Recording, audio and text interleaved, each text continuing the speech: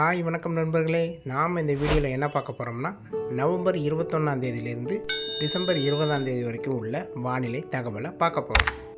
November 21 மற்றும் 22 ஆகிய 2 நாட்கள் தமிழ்நாட்டில் பனிப்பொழிவு அதிகமாக இருக்கும். ஏதாவது ஒரு சில இடங்கள் கடலோர மாவட்டத்தில் ஒரு சில இடங்களில் மட்டும் லேசான மழை பெய்யும். பெரும்பாலான இடங்களில் மழை இருக்காது. நவம்பர் 23ஆம் தேதி மறுபடியும் வங்கக்கடலில் இலங்கை அருகே ஒரு காற்று சுழற்சி ஒன்று உருவாக போகுது. இந்த காற்று சுழற்சியால் நவம்பர் 23 மற்றும் 24 ஆகிய 2 நாட்கள் மிதமான மழை, சில இடங்களில் சாரல் மழை, இந்த மாதிரியான வானிலை இருக்கும்.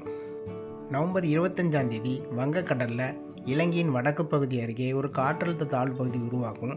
இந்த காற்றழுத்த தாழ்வு பகுதி நவம்பர் 26ஆம் தேதி ஒரு புயலாக, சிறு புயலாக உருமாறும். இது மத்திய கடல் நோக்கி வரும். அதாவது நாகப்பட்டினம் மற்றும் கடலூர் இடைப்பட்ட பகுதிகளில் கரையை கடக்கும். நவம்பர் 27 அல்லது 28ஆம் தேதி இது நடக்கும். இதனால் ராமநாதபுரம் முதல் சென்னை மாவட்டம் வரை உள்ள இடைப்பட்ட மாவட்டங்களில் நமக்கு கனமழை, மிக கனமழை, அதிதீவிர மழை பதிவாகும்.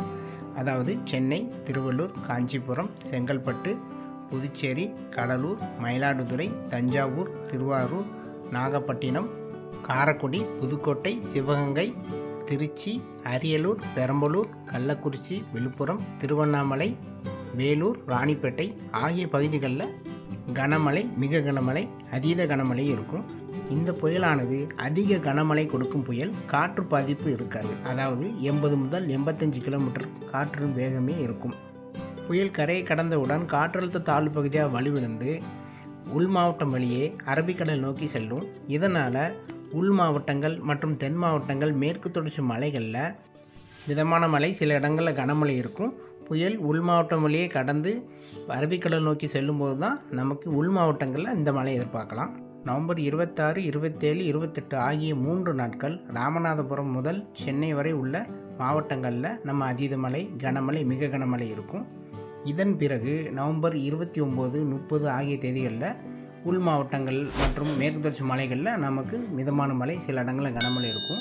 இதன் பிறகு டிசம்பர் 1 முதல் 20 வரை அடுத்தடுத்த காற்றழுத்த தாழ்வு பகுதி மற்றும் காற்று சுழற்சியால் நமக்கு மறுபடியும் கனமழை, மிக கனமழை, அதீத கனமழை இருக்கும். அது எந்தெந்த மாவட்டங்களில் இருக்குங்கிறத நான் நாட்கள் நெருங்கும் போது நான் வீடியோக்களை பதிவு செய்கிறேன்.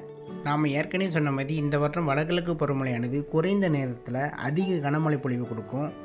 இதுபோக பனிப்பொழிவு அதிகமாக இருக்கும். இந்த பனிப்பொழிவுக்கு இடையே தான் டிசம்பர் மாதங்களில் நமக்கு கனமழை, மிக கனமழை இருக்கும்.